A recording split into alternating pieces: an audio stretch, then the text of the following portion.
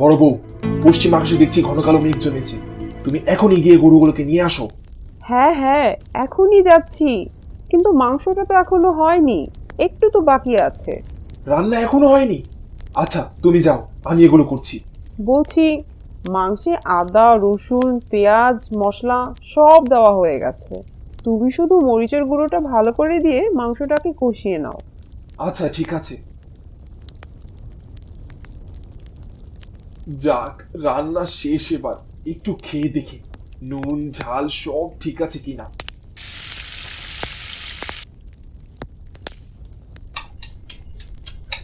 একদম দারুণ রান্না হয়েছে, চমৎকার। ছোট বউয়ের খিদে পেয়ে গেছে মনে হয়।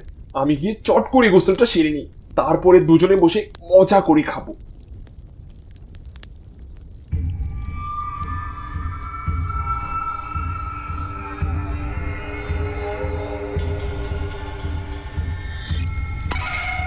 আর একটু দিন, আর একটু দিন, আর একটু দিন, আর একটু দিন।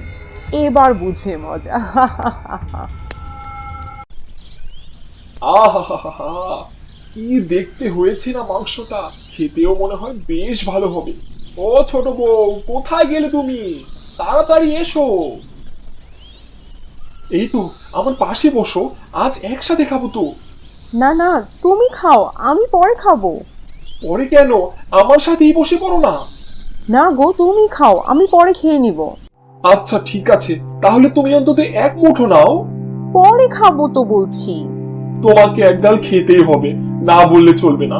এই খেয়ে দেখো তো মাংসটা কেমন হয়েছে। এই নাও, এই নাও নাও, খেয়ে দেখো।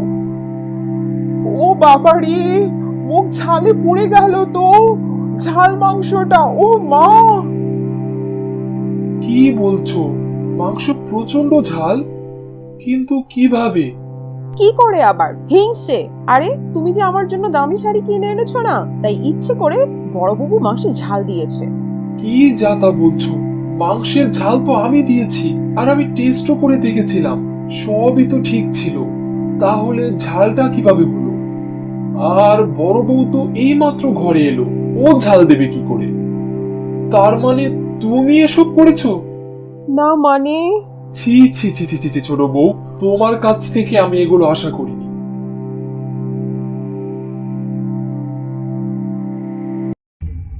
সেদিন বিকেলবেলা চাষি বাসায় না থাকাতে ছোট বউ সেই সুযোগে একটা তেলের ড্রাম নিয়ে রান্নাঘরে প্রবেশ করে। ইচ্ছে করে কিছুটা তেল মেঝেতে ফেলে দেয়, যাতে বড় বউ রান্নাঘরে প্রবেশ করতে গেলে সেই তেলে তার পা পিছলে তার পা ভেঙে যায়। এইবার যেই না পা দিবে, অমনি চিৎপটাং। বাবা গো, মা ছোট গো। বউ, ও ছোট বউ!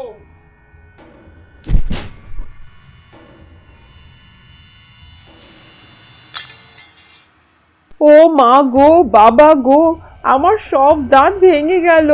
ও মা, কি ভীষণ যন্ত্রণা। আমার দাঁতগুলো কেমন করে বড় বউর মতো ফোকলা হয়ে গেল। কি বিচ্ছিরি হয়ে গেল আমার দাঁতগুলো। কি খারাপ দেখতে লাগছে আমাকে। এই ছোট, আমি মাঠে চললাম।